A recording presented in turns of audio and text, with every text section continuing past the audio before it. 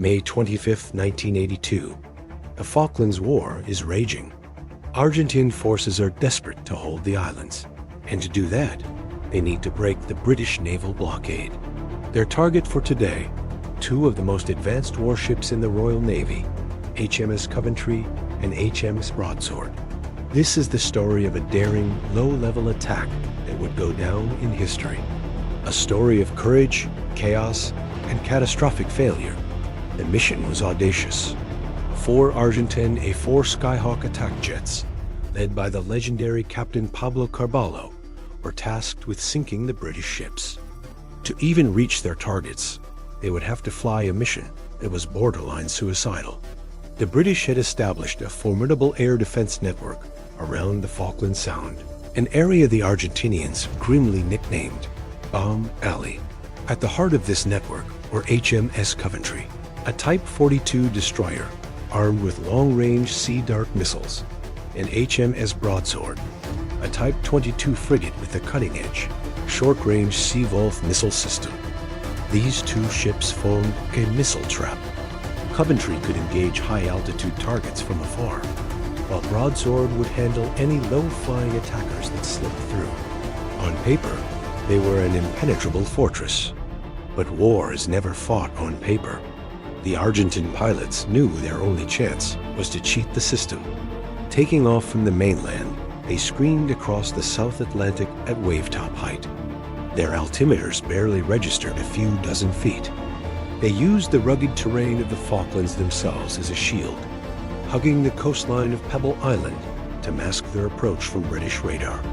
It was a masterful display of skill and nerve, flying fast and low with the cold sea spray lashing at their canopies. Aboard Coventry and Broadsword, the crews were on high alert. They knew the Argentinians would come.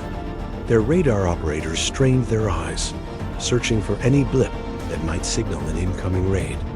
Suddenly, the warning klaxons blared. Multiple contacts, flying low and fast, approaching from the west. The missile trap was about to be sprung. The first wave of 2 Skyhawks, flown by Captain Carballo and Lieutenant Rink, broke cover.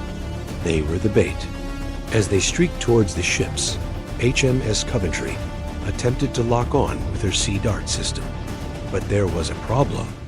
The Skyhawks were too low for the Sea Dart's radar to get a clean lock. Worse, British Harrier jets were also in the area, and the missile system struggled to differentiate between friend and foe. The launch sequence failed. Now, it was Broadsword's turn. The Sea Wolf system was designed specifically for this scenario. It acquired the incoming jets, a perfect lock. The missile officer was ready to fire, but then disaster. Just as the Skyhawks entered the kill zone, the Sea Wolf's guidance system unexpectedly shut down. The system had to be manually reset, a process that took precious seconds. In those seconds, Carballo and Rink were on top of them. Carballo lined up on HMS Broadsword. He pickled his bombs, sending a string of 1,000-pound explosives hurtling towards the frigate. One bomb slammed into Broadsword's side, tearing through the flight deck, smashing the ship's Lynx helicopter to pieces and exiting through the other side before splashing harmlessly into the sea. It had failed to explode. A miracle. Broadsword was battered and bruised, but she was alive. The first attack wave was over. The British had been incredibly lucky, but their luck was about to run out. Minutes later, the second wave appeared. 2 more Skyhawks, piloted by First Lieutenants Mariano Velasco and Carlos Alvarez. They were flying the exact same perilous route. On board the British ships, there was a sense of disbelief and rising panic. Their state-of-the-art defenses had failed once. Could they fail again? This time, the ship's commanders tried a new tactic. Coventry executed a sharp turn, attempting to give her Sea Dart system a clearer line of sight to the incoming jets, free from the interference of land. But this maneuver proved to be a fatal mistake. As Velasco and Alvarez roared in, Coventry's Sea Dart system again struggled to lock onto the low-flying targets. The missiles simply couldn't track them against the background clutter of the waves. The turn had been useless. Broadsword Sea Wolf system, now reset and fully operational, acquired the jets. A perfect lock once again. The crew was ready to fire, but they couldn't. Coventry's sharp turn had placed her directly in Broadsword's line of fire. Firing the Sea Wolf missiles would mean shooting down their own consort. A chilling radio transmission captured the moment. "Get out of the way, Coventry." But it was too late. The Skyhawks were now unopposed. Velasco targeted the bigger ship, the destroyer HMS Coventry. With no missiles to stop them, Coventry's last line of defense was her 4.5-inch naval gun and smaller 20mm cannons.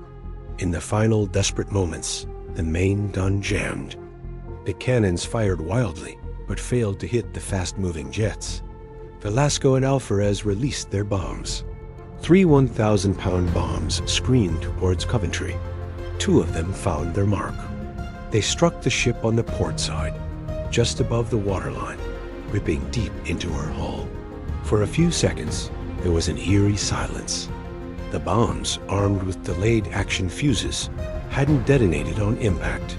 Some on board might have dared to hope for another miracle, but these bombs, like the one that hit Broadsword, were duds. That hope was extinguished in the most violent way imaginable. The bombs exploded deep within the ship's interior.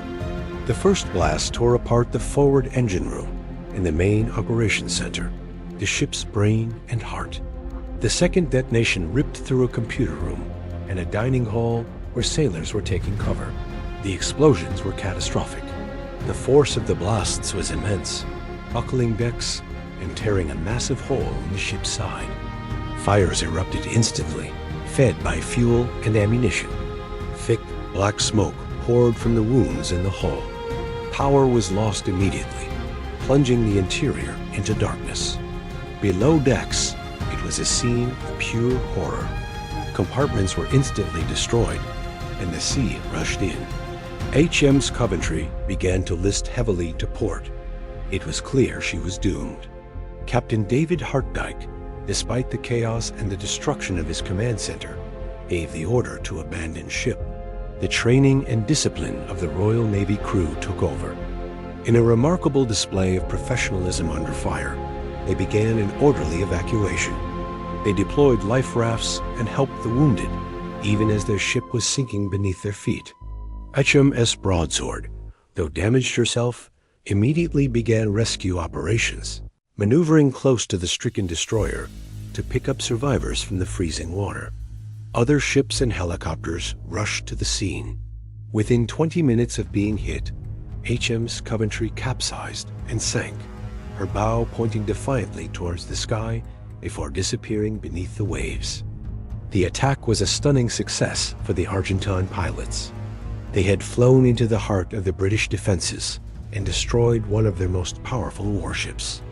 All 4 Skyhawk pilots, including Carballo and Velasco, returned to their base unscathed, celebrated as heroes. They had achieved what many thought was impossible, but the cost for the British was heavy. 19 sailors lost their lives on HMS Coventry, and many more were injured. The loss of the ship was a major blow to the Royal Navy and a propaganda victory for Argentina. However, in the grand scheme of the war, this tactical victory did not change the strategic outcome. The British forces pressed on, and just a few weeks later, the conflict would end with an Argentine surrender. The sinking of HMS Coventry remains a stark reminder of the brutal realities of naval warfare. It was a day of incredible bravery on both sides, a day of technological failure, and a day of tragic loss.